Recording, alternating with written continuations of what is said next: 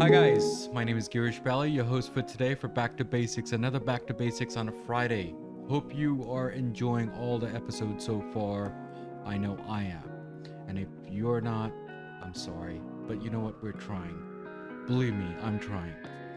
So today's episode is about work-life balance. Work-life balance? Really? Well, yeah, because it is needed. It is a topic that we're all talking about nowadays, not because of pandemic. Work has changed so much over the years. If you really think about it, when we used to apply for jobs, we used to apply for jobs in the state or in the city, in maybe 40 miles away from home. Nowadays, people are just going overboard. They're applying to Seattle and working from home. So, how do you balance that? And that's what we're trying to do today. We're going to talk about that today with Dr. Julie Davelman. And she's returning back again in this show, second time. So, I'm glad that she's doing this. Dr. Julie, how are you doing today? And thank you for coming back again on Back to Basics. I'm so excited to be here again. Yeah, so what does Back to Basic mean to you? So I've thought about this question since I was expecting to be asked. Okay. And what I think back to basics means is sometimes when we think about a big idea, we get very overwhelmed by how one would approach it and how to overcome it. But if we break it down into the parts that are comprises, we can have a much better handle on how to approach it. So to me, back to basics is let's break things down into the portions that we can actually manage and then approach those rather than trying to approach the giant whole. Oh, thank you so much. So, thanks for again for coming on the show, and I'm very honored for you to come here for the second time and going in details about each and every topic that we're gonna talk about. So today we're gonna talk about work-life balance. Is that right? Yep. So and is it really a taboo topic about work-life balance? So actually, I'm going to start with saying two things. One is I don't think it's a taboo topic at all. I think that's all we talk about in some ways. Mm-hmm. And two, what I like to say when this topic comes up is that it's really not a work life balance. That's a myth, right? Because work is part of life. So you Yeah. can't have a balance between a piece and a whole, Hmm. right? So what we really talk about when we're talking about work life balance is how does one set priorities? How do you meet the needs of yourself, of your family? How do you get out of life what you need while having to work and to do dishes Mm-hmm. and to drive kids places Mm-hmm. and do all of those other things that are part of life? So it's not so much about figuring out what part does work take on. It's about figuring out how do we prioritize something every single day. So let's talk about back in the days. I guess a couple of years back, I guess. So we're Back when gonna people used to go to work. people used to go to work, right? So when let's say hypothetically I went to work a couple of years and, back, okay, we went to work 9 to 5.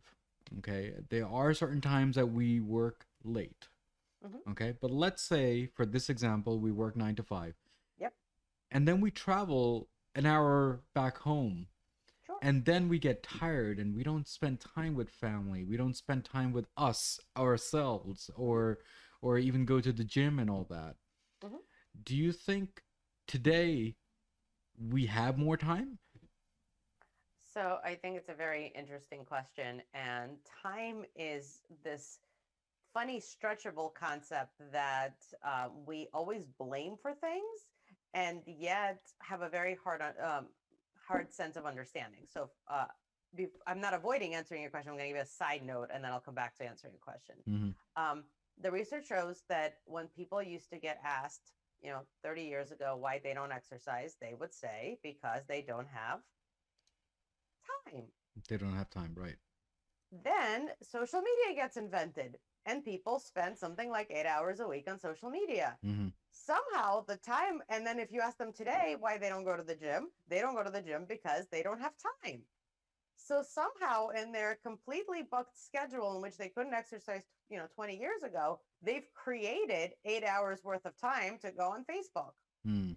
So it's not so much about what it is that we have time for or we don't have time for. It's how do we choose to use that time?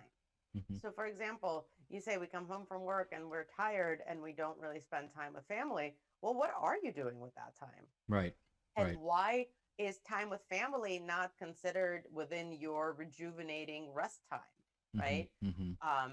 So part of it is redefining what it means to have time and to have time with, with people. Mm-hmm. Is doing homework with your kid, is that time spent with them, or is only time spent with them when you're doing fun activities, right? Is cooking and cooking while they're doing homework at the dinner table, is that time with kids, right? So the more you can start to be a little more inclusive of what it means, in terms of the other areas of your life, Mm-hmm. the easier it becomes to think of your life as comprehensive, right? Because Mm-hmm. work is easy, it has defined hours, it's usually in a defined space, or it Mm-hmm. used to be back in the days, Mm-hmm. and it's clear where it starts and it clears where it ends, which is I think why people talk about work versus life.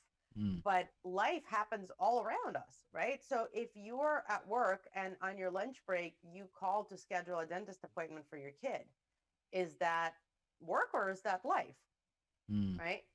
So trying to get away from this divide and beginning to think of it as just time that can get parceled out in whatever way is most effective at any given day.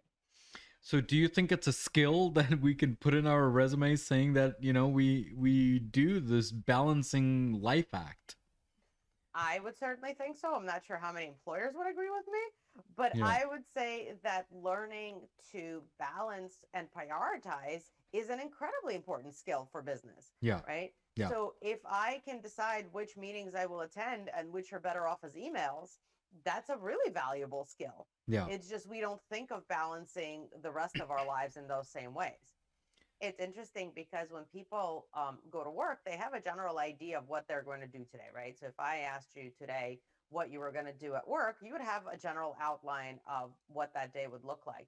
It's interesting that people do not approach their free time in nearly that organized of a fashion. So if people say I'm going to be, resting on Saturday, and you ask them, oh, what are you going to do? What is resting going to look like? They're, I don't know. Yeah. Yeah. I'll just figure it out, right?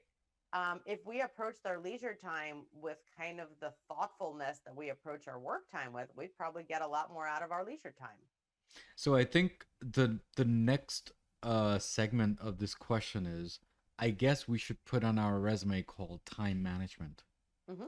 Because I think what's happening is, since this whole working from home has happened, Dr. Julie, I have been going walking every morning.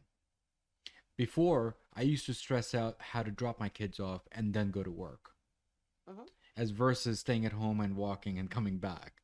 So that's just one example. A Hmm. lot of people are doing this. Do you think it's actually more healthier when you're doing this time management versus, or is it more organized? I don't know how to answer that question, Well, or yeah. I think that your assumption is that everybody is doing it like you are. Right. And although we would like to hope that is the case, that is generally not well, I don't know if it's generally not the case, but it may not be the case. What is happening for some people is who have trouble setting boundaries is work takes on every minute of their day. Yeah. And now instead of starting work at 9 o'clock when they used to, they're now starting work at 6 a.m. as soon as they open their eyes and they're still in bed and they can work off their cell phone, Yeah. Yeah. right? So, one thing I'd like to say to clients always is doing something is by definition not doing something else. So, you choose to spend your hour of commuting now replaced by an hour of walking. But That you could choose to spend that hour of not commuting in any number of ways, right? We right. talked about social media. Maybe that's how you got to your 8 hours, Yeah. right? Maybe you Yeah. just add in an extra hour of Facebook to your life, Yeah. right? So it's really about being honest about your time, right? And this is kind of what I meant about prioritizing.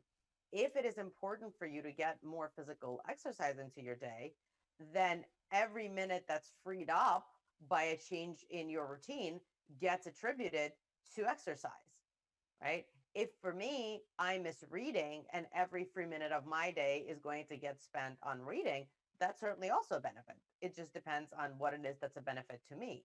Yeah. But we could also not be using that time productively, or we can be giving it back to work, And right? All those are options. well, here's another scenario. Scenario is that you leave work at 5 o'clock and you drive home at an hour back home, right? Hmm. But now what we're doing is we're extending that 1 hour, and let's say, you know what, I want to take one extra time working from home. So when do you shut off? Because you can just stay home and just keep on working. Hmm. As many So people do. so I think that's a problem, isn't that? So Mhm. how do you resolve that issue, and how do you explain to people of making sure to have that work life balance? So, what I generally tell people is two things. One, what else in your day do you want to accomplish? Right? Hmm. Outside of work, what is it that you want to accomplish in your day? And then be honest about the number of hours that that takes. Now, start at the time that you plan to go to sleep and count backwards. Yeah. Whatever number you get to is the number of, is the time that it would be ideal if you stopped work. Now, I may write a 20-page item list and then I really need to stop work at 10 a.m. so I can get all that done. And that's probably not realistic either. Hmm. But it's finding some balance between those two things. The other way I do it as a counterbalance is write out the list that are must done work items today, right? Hmm. Here's Hmm. the 5 things I must do. Here's the 3 things I would prefer to do. If I get through my 5 items that are musts and the time that I had set for stopping hasn't come yet, Hmm. then I work on my it'd be great to do list. Hmm. If the time has come, then a stop is a stop. As long as my 5 must items are done, that's where I stop. I don't find one more thing I can get into the day. Hmm. So, Dr. Julie, what are the three common questions do you get regarding work life balance? I don't know if there's so much questions as there are complaints. Complaints. Usually we Hmm. get, I don't spend enough time with my kids. Hmm.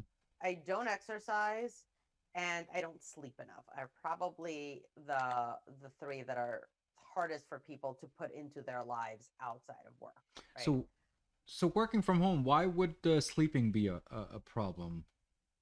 Because sleeping is a problem regardless of where you're working, right? Because it's about setting priorities. Hmm. It's about making sure you get to bed at 11 and wake up at 7 and instead of being up till 3 a.m. watching, a Star Trek marathon, Sure, right? In sure. some ways, working from home has actually done worse things for people's sleep because it takes away the routine and the structure that being outside of the office imposes.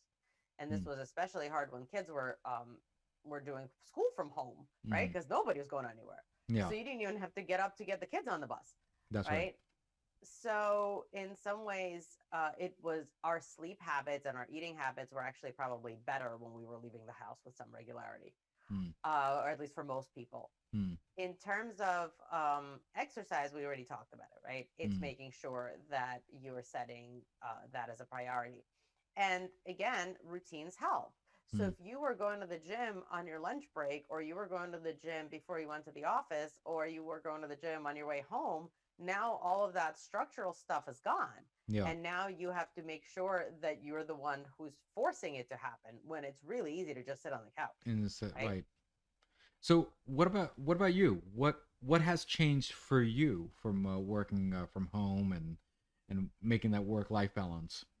So I've been back in the office since July. Hmm. So I haven't really had a long work from home period because clients still prefer to be in person when possible. Hmm. So for me, I know that I get easily distracted by life stuff. So I find working from home actually pretty challenging because it seems like, oh, I can just throw in a load of laundry. What's the big deal? Hmm. It only takes 5 minutes. But every time you stop and switch tasks, it takes about 10 minutes for your brain to get back on track to what it was doing. Hmm. So in the end, you actually end up wasting a lot more time.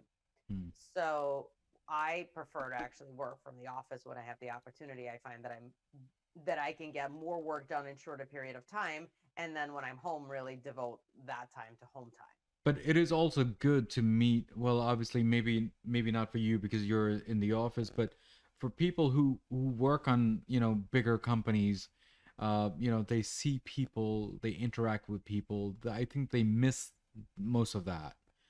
The social interaction, of course.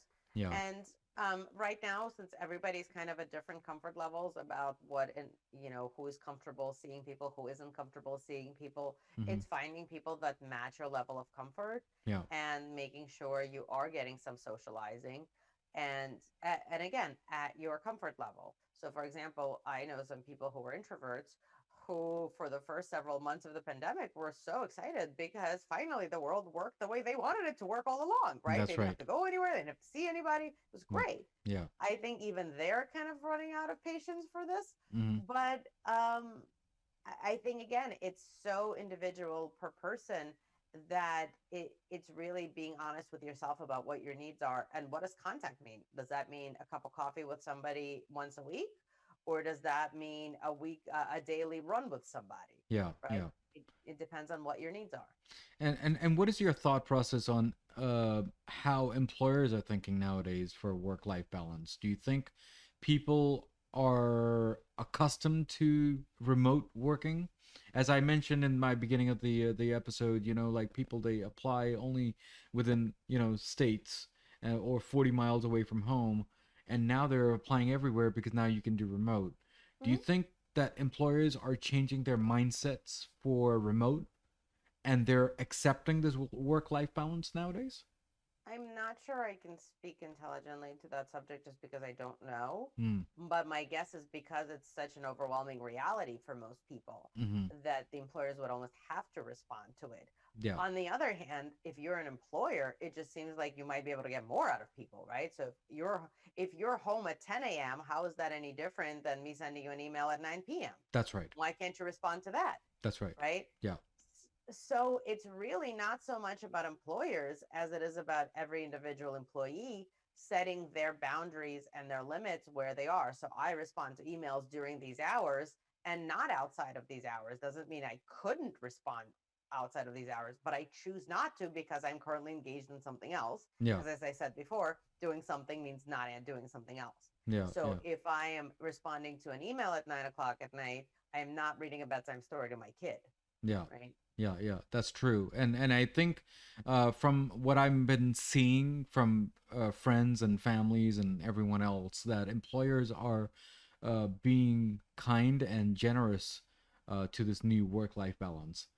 Some people they are actually taking days off once every quarterly to have that mental rest day, as they call it. I'm not sure if you're aware of that, but most of the companies are doing that. I think it's been very individualistic, and every company's kind of been making up the rules of this new world as we go through it. Yeah. Um, I think it depends also on the industry and how much the industry has been affected by this change, right? Some industries lend themselves much better to remote work and has really been a time saving for the company versus other industries had to have scrambled to adjust. Yeah, yeah. So I want to give some synopsis to the audience here. So there is a Bollywood actor in India. Uh, I idol him. He's a model. He's a great guy, a great actor. What he does is he releases 4 movies per year.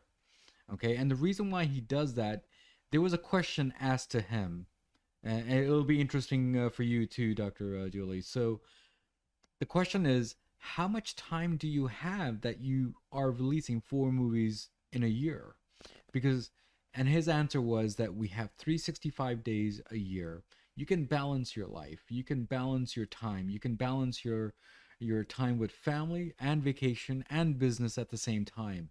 So why can't we do that in the real world? That's how I look at it. And I think we're coming to that stage now that we're trying to have the work life balance in our world and a reality world, um, Mhm. Dr. Julie. So, Dr. Julie, any last words before we head out today from this show today? I think it's really about be honest with yourself in terms of what your priorities are. Yeah, And whatever your priorities are, that's okay. But that's your obligation is to make those things happen. yeah, So if you need X number of hours a week to do something that's important to you, then make sure that happens because it's not going to be possible by itself. You're going to have to create that time and then protect it in order to make it happen. yeah.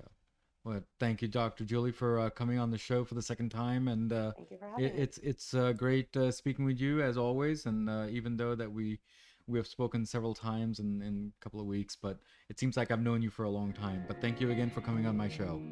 Thank you. Thank you. So, guys, we spoke with Dr. Julie today. We talked to her regarding about work-life balance and how you want to time manage it and how you want to deal with all the work-life balance. I mean, that's what it is. That's what we're talking about. So, guys, as usual, as always, there is a last quote of the day, and the quote of the day is either you run the day or the day runs you, and that's by Jim Rohn.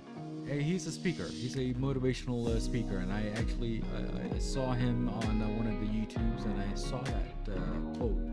I stole it from him. So well, anyway, so guys, as usual, as always, remember everything in life goes back to basics, and that's what we did today in Back to Basics. Guys, see you next week. God bless. Keep on subscribing, commenting, good or bad. Either way, it will make my show stronger each every episode.